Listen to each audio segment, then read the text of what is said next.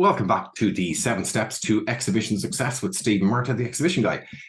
Number 6, step 6 is a very important one, which follows a little bit on from step 5. And it's about selling at exhibitions and how selling is just a little bit different than selling day to day. We talk about not selling being the new selling. I know it sounds really contradictory, but essentially it is. People don't like to be sold. People come to exhibitions to buy products and services or to garner information, products and services, not to be sold. And what we got to do is we also, as I mentioned in the previous step, it's about building that relationship and starting to build that relationship first before we start our selling piece. Yes, of course, we're there to sell as well. That's a given. But we started at the beginning. We don't jump right in at the middle. And when I say not selling is the new selling and how exhibitions are different. Exhibitions are reactive. And what I mean by that is, when we have people coming onto our stand, we have no idea if they are the best buyer in the world or somebody who will never buy off us.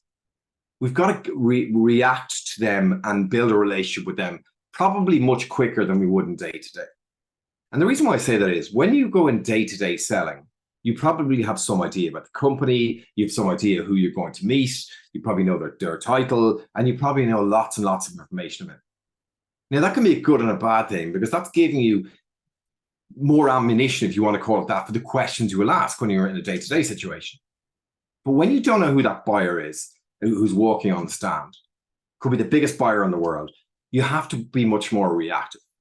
And it's really important that we understand that. And when you combine that with people don't come to exhibitions to be sold, they come to buy, then it becomes really, really important that we learn how to sell at exhibitions.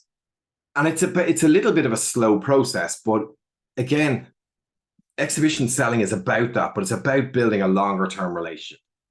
And in face-to-face situations, and again, slightly off the point but connected, in face-to-face situations, you get a higher order and you get a quicker order in terms of time, in general, in business-to-business world. So what we want to do is we want to build on that. We want to build on that relationship to ask the right questions, to get the information that we need. But when they're leaving the booth, then we need to know, both of us need to know what the next step is. And ideally, if you can convert some of those people who walk off your booth to an appointment actually committed in the diary for next week, the week after, or the week after, that really is the best way to sell at exhibitions. Because what we're ultimately trying to do is bring it to the next stage.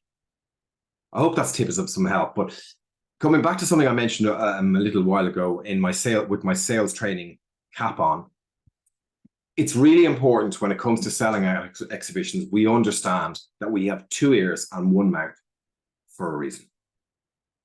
And when we do that and we listen more, we get more information and we increase the possibilities of what could happen with that client or that business in the future.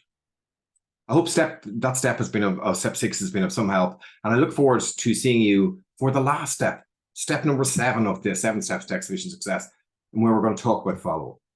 Thanks for